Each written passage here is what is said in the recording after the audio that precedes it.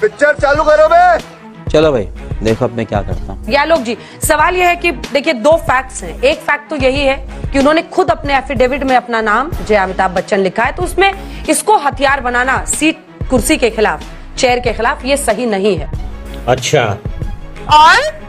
और दूसरा वही कि कॉलीग तो है नहीं आपके उपराष्ट्रपति। तीसरा, क्या कुर्सी पर उंगली उठाकर ही अपनी बात कही जा सकती है? रुक तेरे को बता देती। अभी मजा आएगा ना भिड़ो। चलिए शुरू करते हैं। 3 सवाल आपके आए। सबसे पहला सवाल तो यही है कि क्या नाम के ऊपर किसी तरह की आपत्ति हो सकती है? अगर एक महिला चाहती है कि उनके पति का नाम बार बार इस तरह से ना बुलाया जाए, एफिडेविट में नाम है, इसमें भी कोई दो राय नहीं है, मैं समझता हूं कि अवॉइड भी किया जा सकता था। ये बड़ी अच्छी बात कही आप। और केवल उस वजह से कि नाम अमिताभ जी का जोड़ दिया गया, केवल उस वजह से नहीं हुआ। पूरा सेंटेंस सुनिए। उन्होंने कहा मैं कलाकार हूं, मैं भाव भंगिमा भी समझती हूं और मैं एक्सप्रेशंस को, पूरा फेशियल बॉडी लैंग्वेज को भी मैं समझती हूं कि किस तरह से और क्यों लिया जा रहा है। असली मुद्दा वहां पर। क्या बात है सर, क्या बात है सर, क्या बात, ये बात है। अरे सर क्या बात।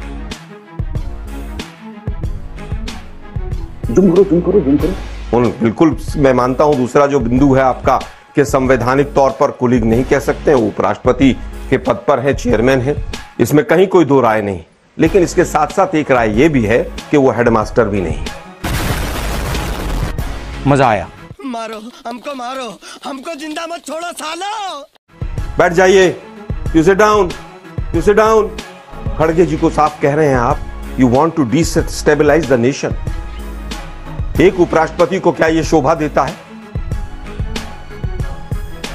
बिल्कुल वो कुलीग नहीं है, लेकिन वो हेडमास्टर भी नहीं है कि हर आदमी को बैठा देंगे, हर आदमी को कहेंगे तुम भी बैठ जाओ, तुम भी बैठ जाओ, माइक बंद हो जाएंगे, संसद के यहां पर बोलने की अनुमति नहीं दी जाएगी, किसानों को अंदर पार्लियामेंट में आने से रोका जाएगा और आप तो पत्रकार हैं, पत्रकारों को एक कमरे में ठूस दिया जाएगा। अरे बाप रे, ये तो धोती खोल रहा है। 30 बहुत सारी हैं इस बार। 30 इस बार की ये है कि इस बार जो हथियाई हुई सरकार देश के अंदर चल रही है, जनता ने जो आईना दिखाया कि इलेक्शन कमीशन और तमाम संस्थाओं के ऊपर जो तमाम सवाल उठे, ये हथियाई हुई सरकार है। आज 2 पद हैं वहां पर संसद के अंदर, एक स्पीकर है, एक चेयरमैन साहब है। हम कहते हैं आप दोनों दल से ऊपर हैं। जो आप कह रहे थे कि इंडी गठबंधन के तमाम दलों में होड़ लगी हुई है, मुझे लगता है होड़ स्पीकर और चेयरमैन में लगी हुई है, दोनों में, कि कौन दिखाए कि मैं मोदी जी के कितना क्लोज हूं।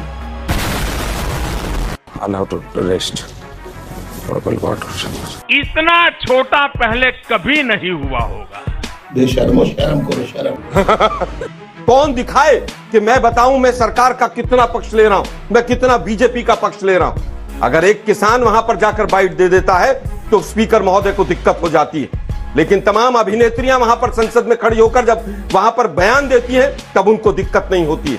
1.5 सांसदों को आप बर्खास्त करके आप किस तरह से आपने बिल पास कराए, लेकिन दिक्कत यह है, ईस अब यह है कि वो जो pहले भाषा थी ना, एक अकेला सब पर भारी, अब वो नहीं हो पा रहा।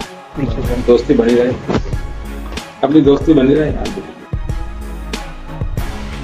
अरे देवा, ये गड़बड़ है बाबा। आज चेहरा मुरझाया हुआ है। आज वक्फ बोर्ड के बिल को जेपीसी को भेजना पड़ रहा है। इसी जेपीसी की हम मांग करते थे कि आप राफेल पर जांच कराइए, तमाम चीजों पर, कहीं कभी नहीं हुआ। आप अपने सांसदों को कुछ भी कह देते थे। बात मणिपुर की होती थी, आप कहते थे एक अकेला सब पर भारी। आज वो चीज नहीं चल पा रही है। दिक्कत यह है कि बीजेपी और बीजेपी के मंत्री कोई जवाब नहीं दे पा रहे। दुर्भाग्य है इस देश का कि पहली बार हो रहा है कि दर्जनों रेल की घटनाएं होती हैं और रेल मंत्री अपनी पीठ थपथपाते हैं, वहां पर सारे सांसद ऐसे ऐसे कर रहे हैं। ये संसद का हाल हो गया। तुम्हारे जैसे लोग इस देश के लिए श्राप है। तुम चुल्लू भर पानी में जाके डूब के मर जाओ। 1200 करोड़ रुपए की संसद में 100 रुपए की बाल्टी लगाकर संसद की इज्जत को बचाना पड़ रहा है। पुल गिर रहे हैं, रेल एक्सीडेंट हो रहे हैं और तमाम जो आप लिंक देखेंगे, या तो वो कंपनियां जिन लोगों की हैं वो भाजपा से लिंक है, या वो गुजरात की कंपनियां हैं, या वो कहीं ना कहीं आरएसएस बैकिंग की कंपनियां हैं, या वो कंपनियां हैं जिन्होंने इलेक्टोरल बॉन्ड में बीजेपी के यहां पर पूरा धन दिया है, जिनके ईडी सीबीआई के नोटिस वापस नहीं गए। ये बिक गई है गवर्नमेंट। अब गवर्नमेंट में कुछ नहीं है, खत्म। बात तो सही है